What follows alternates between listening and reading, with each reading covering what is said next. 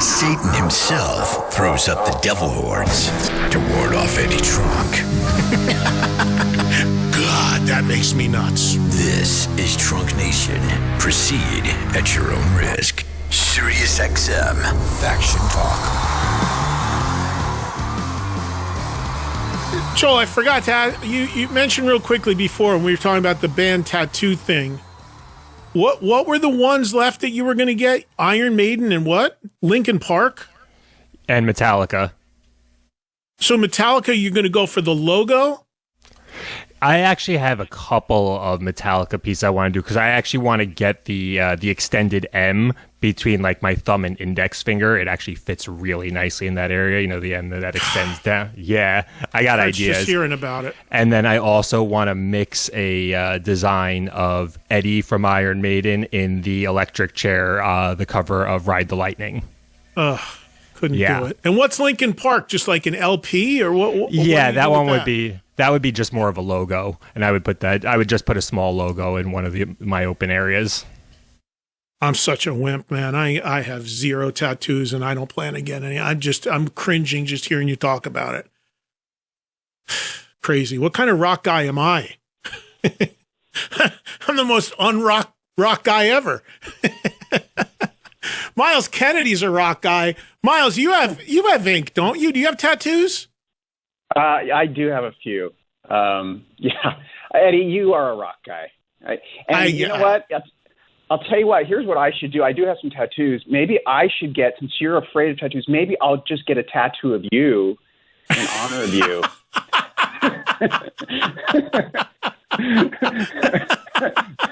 Like it'll be like the Killers cover, like the Iron Maiden one, but it'll be you with your face. My face. My face on the Eddie. There's the real Eddie. And wait, Myles, we'll get Tremonti to do it because he's given tattoos now. Exactly. Perfect. What are you? You're not like super. The reason this came up is because there was this list that came out where they surveyed tattoo artists all over the world, and they asked the top 10 bands that people asked to have tattooed on them. Do you know what number one was? This is kind of surprising. Do you know what number one was? The number one band people had tattooed, and it's surprising, huh? Yeah, to me it was.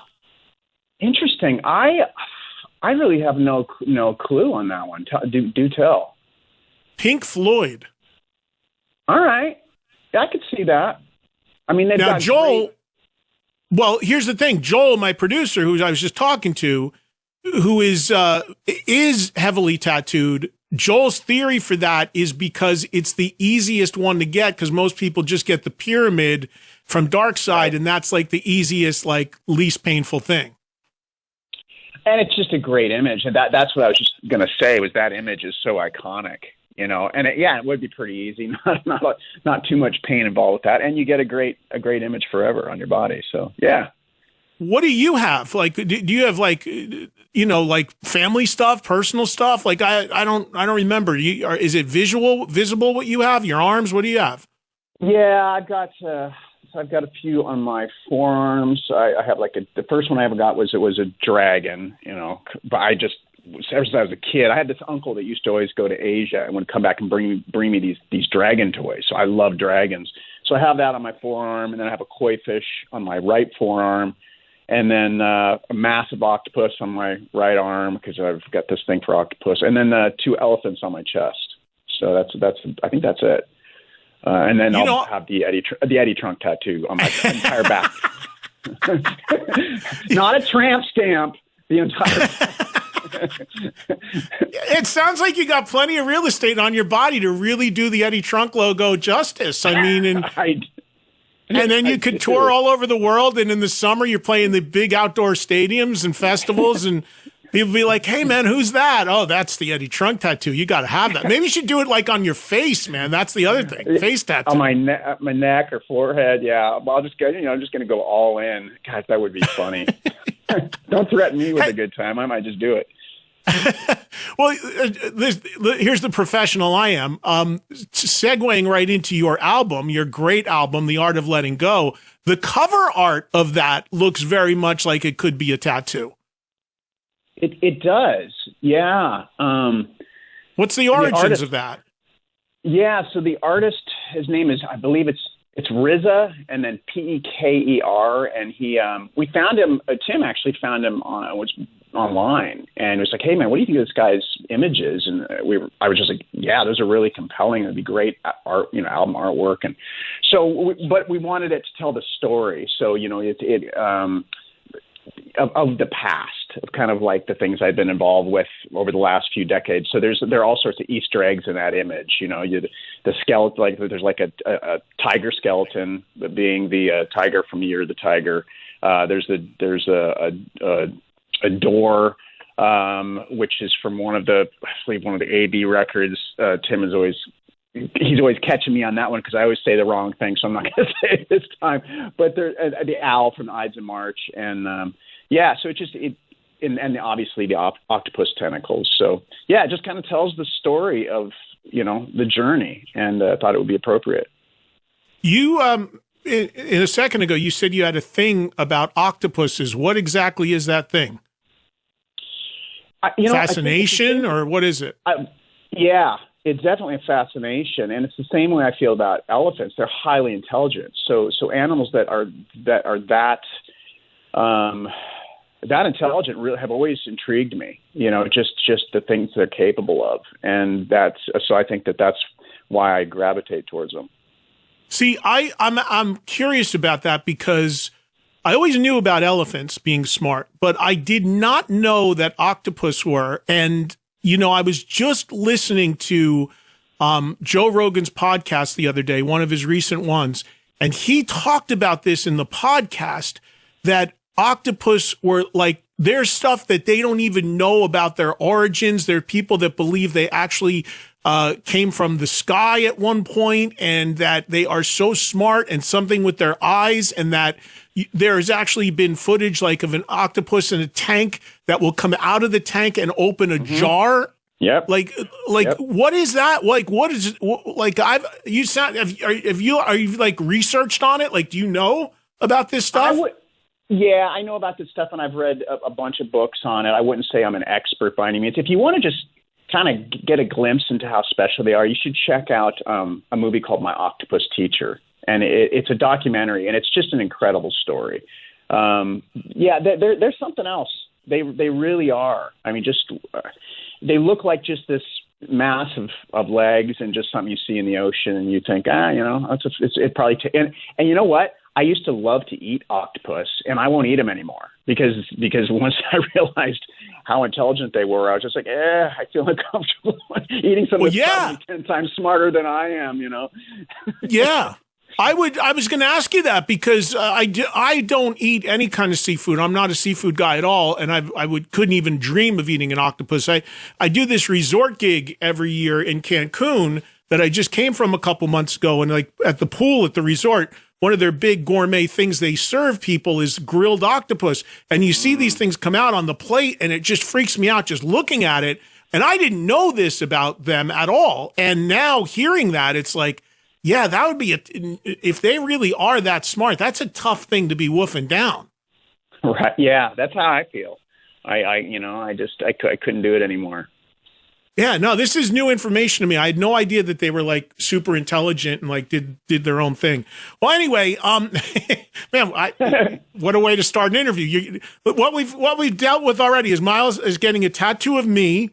Octopus are smart, and something else we covered as well already. But anyway, let's talk about your album. Last time that you were on, the record was just about to come out.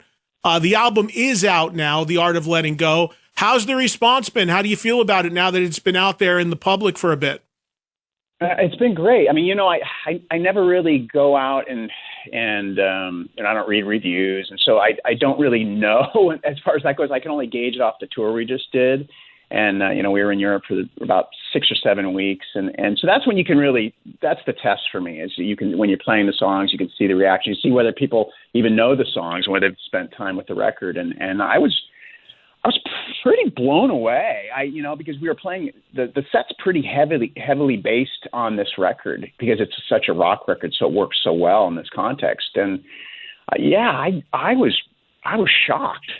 So yeah, I guess it's going well, and the tour itself was maybe one of my favorite tours in the last 3 decades. It was just everybody from the crew to the band. We all, I don't think anybody wanted to attend. I was kind of joking with Tim at the end. I was like, hey, can we just throw some more dates on? And we've been out for 6 weeks at that point. Let's do some more shows, because I don't want this to end. So, and normally by 6 weeks you're fried, but it was fun. Well, along the lines of the set list, I didn't look up what you were doing in Europe when you started, but this is now your 3rd solo record. And I know in the past when you've toured solo, you've touched on, doing a couple Alter Bridge things and maybe a couple Slash things or what have you, maybe a Mayfield 4 song or two. Was this purely focused on the 3 solo records, or did you spike in some stuff from the other bands as well? It was, as far as what the band plays, it's all based on the 3 solo records. There's a portion of the set where I'll play an acoustic tune. And to be honest with you, in fact, I'll even write on the set list what the songs would be, and then 9 times out of 10 I would change it. I would just kind of gauge the audience. So some nights I might pull out All Ends Well by Alter Bridge. Some nights I'd pull out The Trooper by Iron Maiden. Some nights I'd pull out an old Mayfield 4 song. So that was the part where I might, pull something from one of the other bands. Or just do a cover. But I always wanted to make sure that it was changing every night. It was because we have these diehards who come to every single show, and for their sake, I don't want it to become redundant. And also for my own pleasure, the idea of having a certain level of interchange between the songs and improvisation. That's the other thing that I really love about this and about being a 3-piece is that there's a lot of improv. It's funny, we were playing in London, and Zia, the drummer and my friend of 40 years, he's like, now, dude, just do me a favor, don't any changes to the set. London's an important show, and I said, no, we'll just do this. What's on the set list, but don't throw any curveballs. And I kind of forgot, and I get all excited, and I kind of get lost in the moment, and I'll just start coming up with these intros, like musical intros. I'll just make them up on the spot, and Zia's like, "Oh man," he's like, "Come on, don't do this to me." But it 9 times out of 10 we land on our feet, and it's fun, and it's that kind of flying by the seat of your pants and not knowing what to expect that I really just savor with this. Yeah, and as a fan, and I know I speak for a lot of my audience too, that spontaneity and changing stuff up is what, to me, and many others agree, I know, that's the whole essence of going to a live show. You want it to be that sort of thing. And who cares, like, if you make a little bit of a mistake or whatever? Any of those mistakes, 95% of the audience isn't going to recognize anyway. I went to Japan for the first time a couple months ago with Sammy Hagar and did his tour there. And there's a song from Van Halen from the Balance album called Can't Stop Loving You. And Sammy was telling me on the way over there, he was just like, look, he goes, this band's got to work that song up because that song was like a top 10 hit in Japan. We got to do it. So I was like, yeah, that'd be great if you do it. So the first night, wherever we were in the venue, we're backstage, and the band's amazing. It was Kenny Aronoff, Joe Satriani, and Michael Anthony. And they're in the tuning room going through the music of the song. And Sammy and I are in the hallway outside, and he's looking at me and he's going, what do you think? Because we're listening to them through the door. He goes, you think we could do it? You think we could do it? I go, I don't know. What do you think? He looks at me, goes, I don't think it's ready yet. I don't think it's ready. I go, Sammy, I said, there is nothing I'm hearing as a fan of that song that anybody on the planet is going to say that's not right. I'm like, you go out there and play that tonight, that entire arena is going to be jumping up and down singing that chorus and not hear at all what you're hearing, whatever little hiccups might be the first time you're playing it. And he's like, you think? And he went in and they went and did it that night. And that's exactly what happened. And he's like, yeah, we kind of got it right. I go, Sammy, there's not one person in that audience that picked up on what you thought you were hearing. And that sort of spontaneity to me is what makes a great rock show. I totally agree. There's just something about that that has always you just got me excited about performing and seeing people. Look, watch the song remains the same. Watch the level, the amount of improvisation that's going on in that. It's incredible, and I think that's what for those of us who grew up on that sort of thing, that we want to see that. We want to experience it. You want to know that when you're going to a show, you're going to see something that will never be repeated as far as those moments of spontaneity, a guitar solo that'll change here and there, or an intro, or playing a song you haven't played in decades. And that's what it's all about. I agree. Yeah, and there's so many. One of the big peeves that so many rock fans always say to me is they'll be like, "Oh man, they play the same set every night, every tour, and whatever." And when I push on some of those artists about that, and I get it, they'll be like, "You know what? We came up with the hits that people want to hear, that they know, that the majority of people walk out happy, and that's just what we're doing." And then you got the flip side of that, where kind of like what you're talking about. Every night you're going to change some stuff out. I go to see the Black Crowes all the time, and every time I go to the show, I'll go up to Chris and I'll be like, before the show, I'm like, "Hey, you doing this tonight?" He goes, "Yeah, we could. We'll write it in." I mean, like 5 to 10 songs change out every night.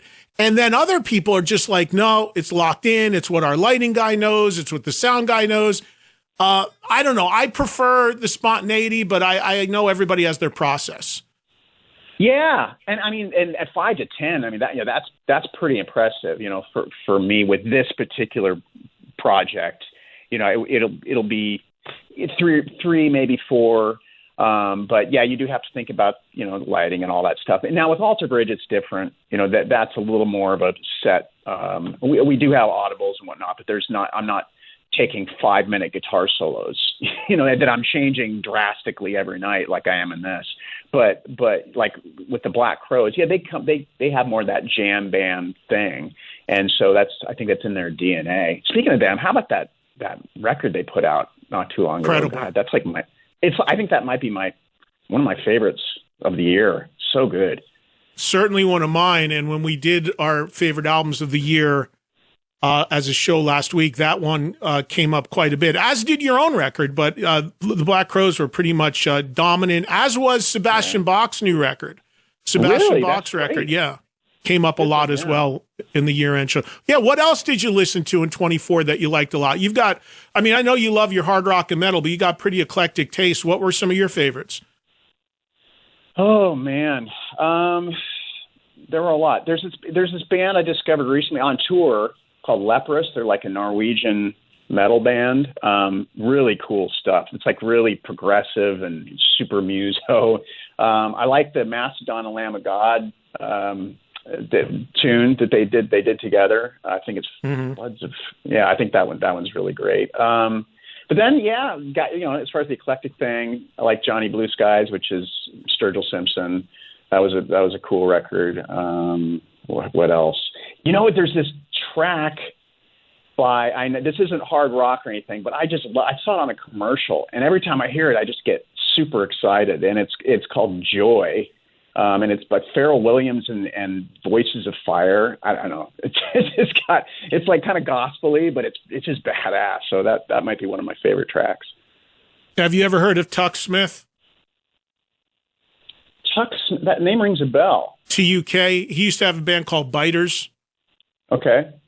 He's great. If you get a chance, check out his record. It's called Road to Redemption. He's a great singer-songwriter based out of Nashville now, originally from Atlanta, but younger guy, but I love what he does. It's a little bit power poppy, a little Tom Petty-ish in there at times, but really, really good stuff. I'm really pulling for him to kind of get over the hump. I'll check. Yeah, Tuck spelled T-U-K, Tuck Smith and the Restless Hearts. That's up there for me as well. Great stuff. Power pop. Yeah, man, good stuff. Oh, if you love power pop, I don't know if you heard the story, but Eric Carmen, the Raspberries were one of my first ever favorite bands. And Eric Carmen sadly passed away about a year ago. Right. And I used to tell this story anytime I was interviewed, that when people asked me like what caused me to get into rock music, I always told the story about when I was 10 years old, I heard Go All the Way on AM radio in the backseat of my parents' car, and it changed my life. And it did. It was the first time I heard distorted power chords and these beautiful melodies. And Eric Carmen's widow reached out to me about a month ago, And she told me that Eric appreciated so much me always telling that story and how his song had that impact on me, that the other day she sent me his gold record for that song. It's on my wall. What? It's crazy. Dude, it was like, wow. I'm getting goosebumps now. Like, talk about 50 years later, I was a 10-year-old kid, and now I've got his gold record for the song that started me into rock music. It's crazy. Wow. I'm kind of speechless on that one. That's incredible. It's heavy. Wow. I mean, that was literally my gateway moment to rock. Did you have something like that as a kid? Did you see or hear something on TV or hear something on the radio that was just like, that just changed for you, that snapped, that you're like, I'm into rock, or I need to be a musician? Was there a moment that you think of? Well, there are a number of, but the most profound, like, musical moment where I was just like, what is happening here? And it's, it's the moment I might remember more than anything pre being 5 years old, was when I saw Stevie Wonder on Sesame Street. Like that, I remember just being mesmerized, just sitting on, he played Superstition, and I was just like, what is happening? This is incredible. I was probably 4 years old, something like that. But as far as like the moment that made me want to like play and become a musician, it was hearing, it was the same afternoon I was playing wiffle ball with my little brother. I heard Eruption, and then about 2 hours later, I heard Whole Lot of Love. And that was when I was just like, I got to do this. What is this? Yeah. Yeah, that'll do it. Pretty high bar to start in. Like, how long did it take you to learn Eruption? I still don't have it down. I have the finger tapping part down at the end, which is the easiest part. It's still a work in progress, right? That's right. 40 years later, I'll get it eventually. I'll see if Wolfgang can show it to me. Yeah, exactly. You get a lesson from him. So the tour again for Myles is now going to tour in the U.S. with his solo trio. It starts on January 17th, just a few weeks away, Joliet, Illinois. And then you roll through, I'm just scrolling through on MylesKennedy.com. You'll roll through February 21, wrapping up in your hometown there of Spokane. So it's a nice run of some nice venues, theaters, large clubs. And do you have support on this? Are there support acts, or is it just you? Yeah. Tim Montana is coming out with us, and Sons of Silver are coming out. So, yeah, I'm really excited. I'm really happy to have some time off, but I'm definitely, a lot of times when tours are coming up, you're like, oh man, I want a little more time at home. I'm totally ready to get back in the saddle. It's a lot of fun. Some great venues in here too, and of course hitting some of the major spots. You're doing LA at the El Rey, and you're in Dallas, and everybody just go to MylesKennedy.com to find a date near you. Atlanta's here, Nashville, Jersey Shore, Asbury Park in late January. So you got a lot of good stuff here. And then you're on Stagecoach, I see, that's the country deal, right? That's the country big event in Indio. Isn't Creed on that too? They are, yeah. So, and I think it might be the same day. So yeah, I'm really excited about that. And it's good too, because we've got a catalog where we can pull the appropriate tunes for that kind of festival. So I was going to say, you're gonna countryfy it a little bit, or? I think so. We've got, especially off of Ides of March and Year of the Tiger, we have enough tunes that will fit that real well. So, yeah. But we'll I don't think it's going to really matter though if Creed's on it. Mark's not going to put any twang. Yeah. Mark's going to go up there with a T-style guitar and a lap steel.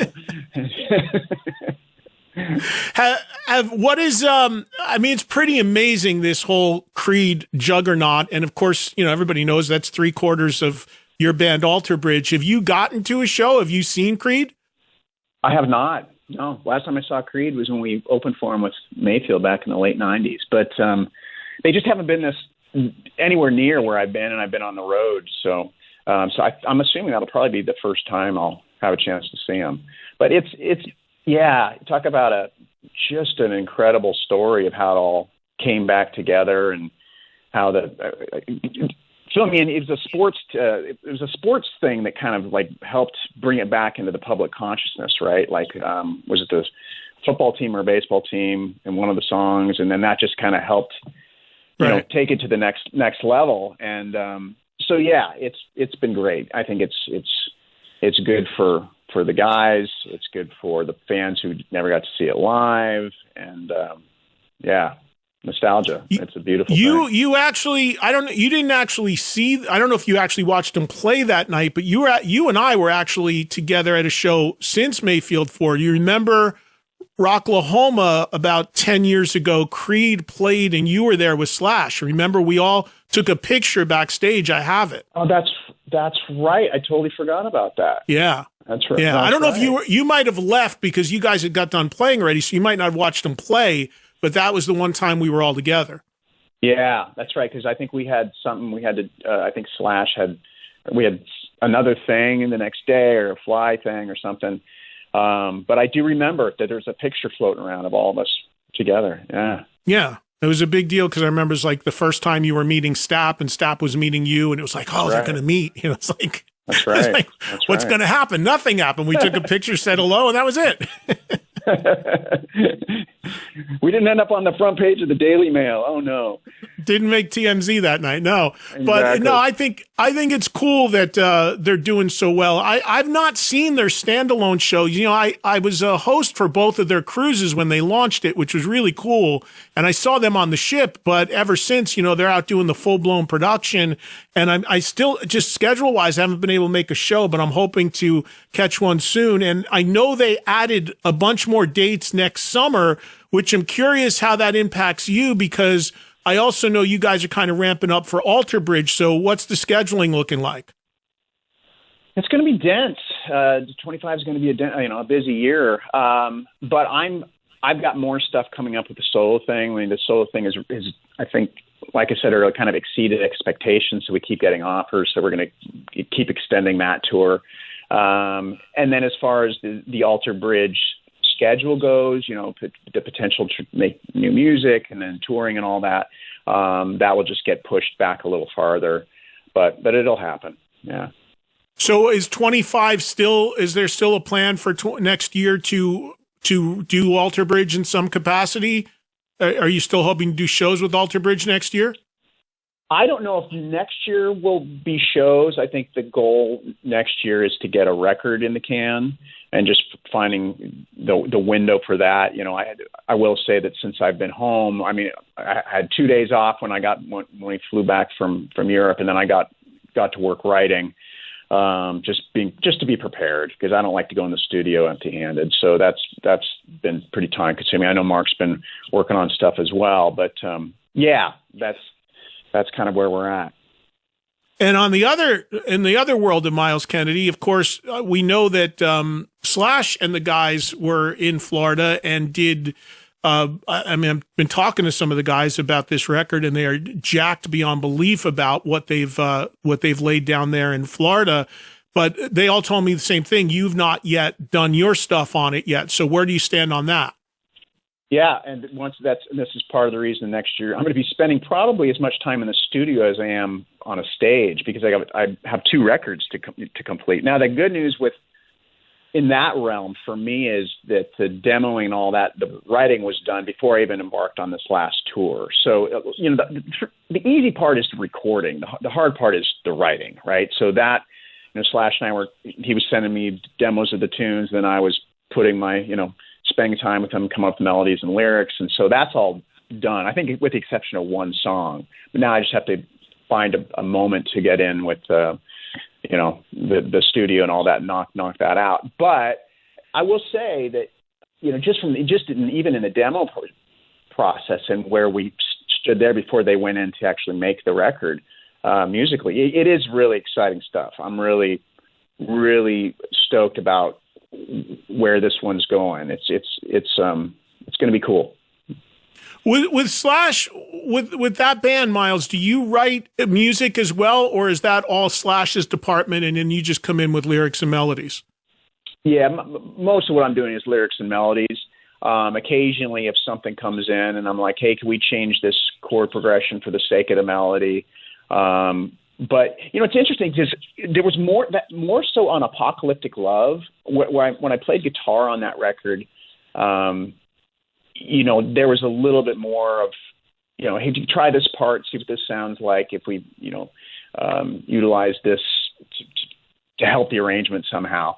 But it's funny. I was thinking about that the other day, and I was just like, it just highlights how cool he is, because it's like I come in there, it's the second record, and I got my guitar, and I'm like, what do you think? What if we tried this? And I'm like, you're sitting there with Slash. He doesn't need any help, man. But he was so cool and so accommodating. But as the years have gone on and we've made all these records, one thing that continues to amaze me is just how much he understands, not just the riff thing, but coming up with chord progressions that really lend themselves to coming up with compelling melodies for me. It's like he knows how to sequence the chords where it's gonna really leave room for a melody, which I appreciate. And like I said, occasionally I'll be like, hey, can we try a G here instead of a D because I hear the melody doing this? Or he might even, I'll send the melody back and he go, what if I'm going to change this chord because I feel like it suits the melody better. I'm like, great. So yeah, he totally gets it. Yeah, because as a writer, I'm just curious how that works for you, specifically with this record, since you weren't able to be there when they were writing it and all of that, at least the music end of it. So are you basically sitting on these tracks and now it's on you to write lyrics and melodies to the existing music, or were you in on it on the ground floor? I mean, as a writer, lyrics, melodies, is it harder for you to do something like that when you're just dropped this music and said, do your part now, as opposed to if you were there every step of the way? Sometimes, and that's the beauty of all three projects for me, because they're all very different as far as how we approach it. And I really like it when I get a track. And so to answer your question, all the lyrics and melodies were done kind of in that beginning phase when he was sending me those demos. So as I'm and it's funny, here's the funny thing. Like I get a text, he goes, the new demo's up, right? And I would always have to be careful. I'm thinking, okay, I'll get to it here in a little bit, because I'm the kind of writer where the minute I press play on the MP3, I'm already hearing the melodies. In fact, it's interesting at this point. Usually the first melody I hear is the one I go with. So if he were to send me something at 9:00 at night, I'd have to get up and go in my little studio, press play, and what I would do is I would have my iPad, okay, and I would play the MP3 from the iPad, and then I'd have my phone, and as the iPad's playing, I'd hold my phone, and then I'd just start humming the melody I'm hearing in real time, and then record it. And generally, and then I come back the next day and listen to it. And generally, that initial spark that I would get when he would send that musical demo would then really inform me to the degree that the melody would stick. It would just work out really well. And I wouldn't overthink it like I tend to if I'm writing from the ground up. So it's a really fun process. It wasn't that way initially. I would overthink it and I'd come up with 10 different melodies, but now it's like, just go with your gut, go with that initial intuition. Has there ever been times where he sent you music or something and you said, I just can't come up with anything for this, it's just not going to work? A handful of times. Yeah. And generally what would happen is it would just require becomes an instrumental. Well, it could, but sometimes it's just time when sometimes I just need to step away from something, and I'm just not, the universe isn't dropping the inspiration like I needed at the moment, and so time can be the best thing to really help the process at the end of the day. It's patience. I think that's something that I've learned, is not to get like, it has to be done now. And, oftentimes you'll shoot yourself in the foot. Just step away from it for a while and come back with a fresh perspective, and it'll all eventually come together. If something needs to change, though, it's like, well, no matter what I throw at it, this progression just isn't working, or this feel isn't working, then we just address it and we change it, and it's better. And then the flip side of that is, have you ever gone back to him with lyrics or an idea, the melodies or whatever, and he's like, nah, I'm not feeling that for this music? Has there been pushback that way at certain times? There, you know what? Not often, but there was a lyric. It was funny. I think it was on Living the Dream, and there was a lyric when we were in the studio doing pre-production, and at that point I was kind of behind, to be honest with you. I didn't walk into that as prepared as I wanted to be, and so I was still humming melodies, and I had the melodies. In fact, I just didn't have the lyrics finished. And there was this one track where I just kept singing in the chorus, "My rock and roll," and I think he mentioned something to either me or to Elvis, and he was like, "Yeah, I don't know about that "My rock and roll." And it was basically just something put in place until I came up with the lyric, but it was starting to stick because we'd heard it enough, and sometimes that's the danger of pre-production or jamming as a singer, where you're just trying to convey to the guys what the melodies mean. You're just putting words in, and those words will end up sticking. And I would agree, that particular line just wasn't compelling in that context. So it became, what I changed it to was "My Antidote," and that's the track that ended up being the title of that. So yeah, so you imagine that lyric, "My antidote" was my rock and roll. Well, look, "She's My Little Rock and Roll" worked great for Keith Richards. Yeah, worked for the Stones, but exactly, it worked. But then just bringing it full circle to your solo stuff and your album, "The Art of Letting Go." When you're doing work for those projects, like, do you have a sounding board, whether it's Tim or somebody in your circle that musically you're going to run stuff by, or for you is the thrill of it that you don't have to collaborate or answer to anybody? It's your own thing and you're just going to go with what you want to do. Well, the genesis of the ideas and then working them up and demoing them and all that all falls on me. The part where I really appreciate the outside perspective is when we're in pre-pro and I have a bunch of these demos and a bunch of ideas that aren't even, haven't taken the time to demo. And then I can sit with Elvis and Tim and Zia and go, "Hey, what do you think of these? What do you think these other tunes that we could put in place of maybe the stuff that I focused on more?" And that can really be beneficial to me. An example of that is there's a song on the new record called "Miss You When You're Gone," and that I hadn't demoed. I knew it was a pretty decent tune, but I just didn't have the time to demo it. So when we were in there kind of at the 11th hour and we thought we had everything kind of picked out, I was like, "Well, what do you think of, have a few of these other songs. Let's try these out and see what you think." And it was really helpful to see the reaction with everybody, because people just immediately lit up and go, "Oh, yeah, that's got to be on the record." And I was just too close to it at that point. And so that is where I really, I like that outside perspective. Is in the picking what will eventually make the cut. That helps me a lot. But as far as the putting the songs together in terms of the genesis of it and the difficulty of trying to do all that by yourself, that's part of why I like to do these solo records, because it's an exercise in developing your editing skills. One of my problems as a writer is that I tend to write too much. I really love to create, and oftentimes if you do that, you have too much to pull from, and then it's just a matter of making the decision of what's the best thing for a record. Yeah, and I love that track. That's one of my favorite tracks on the new album. I also love "Behind the Veil" and "Eternal Lullaby."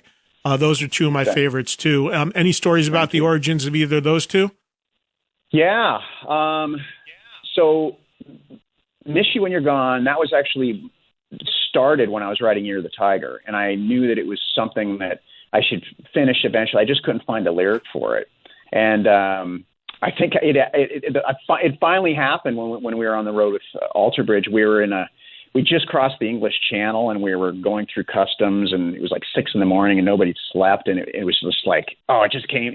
Finally the lyric came, and I just started frantically writing stuff down, and that's just like, you just never know when it's going to hit.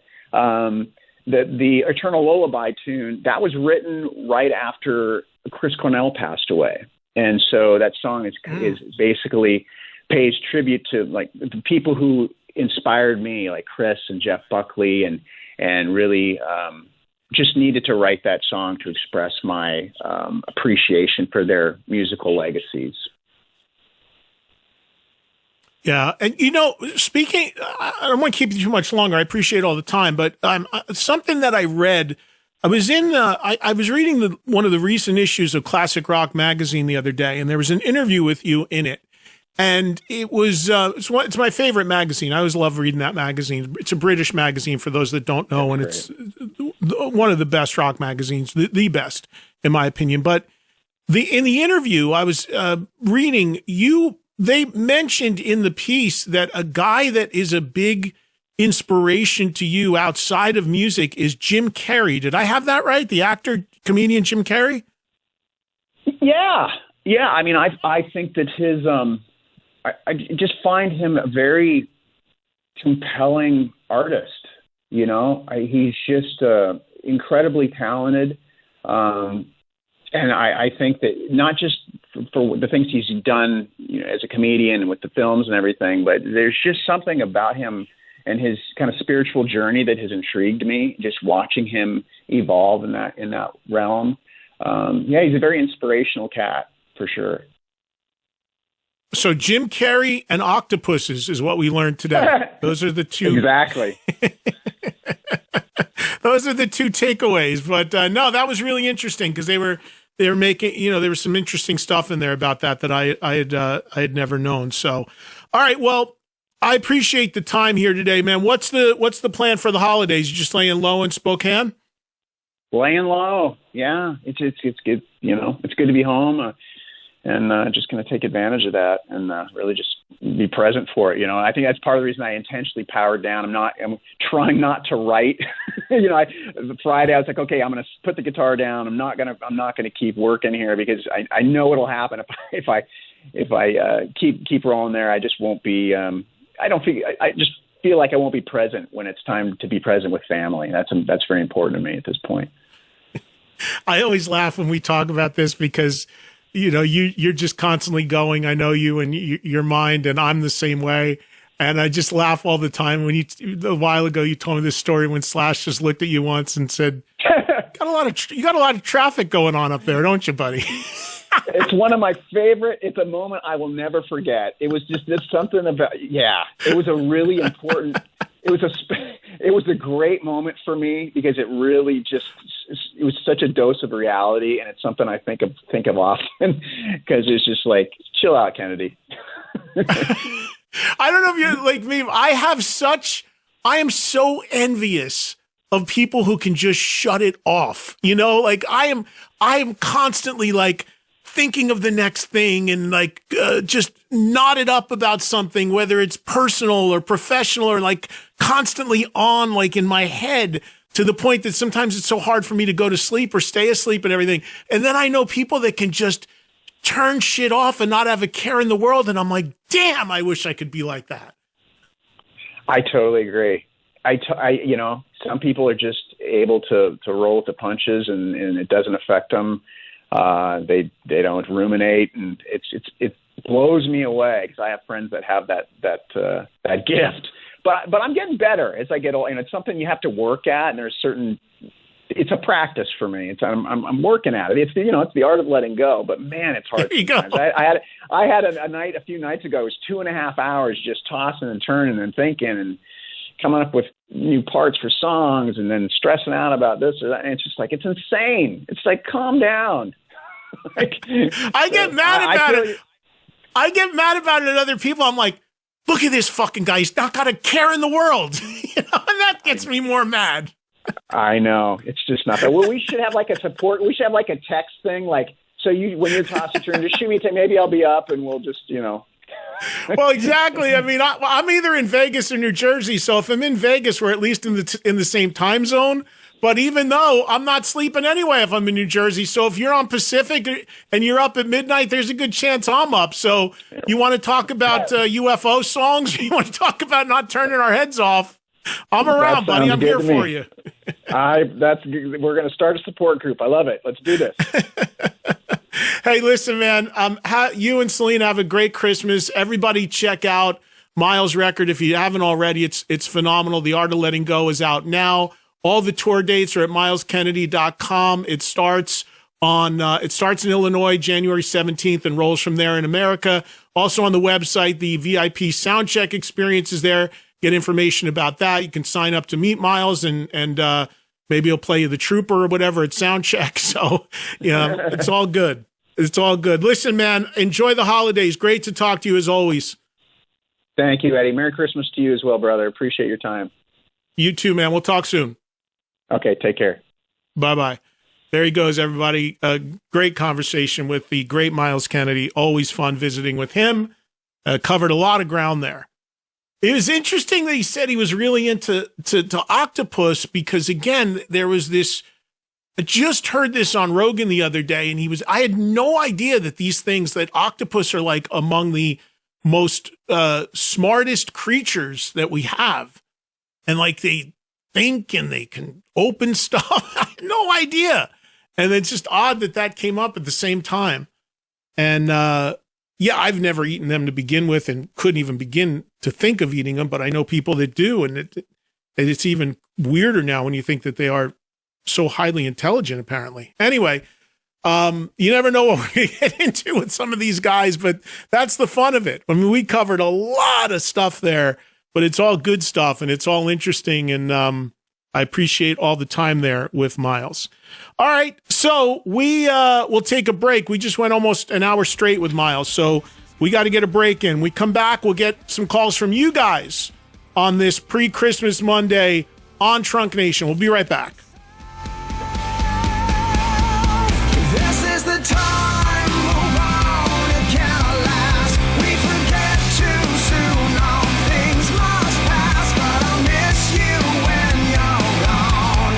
I'm gonna miss you when you're gone.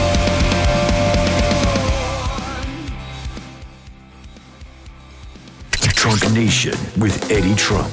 Music talk beyond the liner notes. Sirius XM Faction Talk.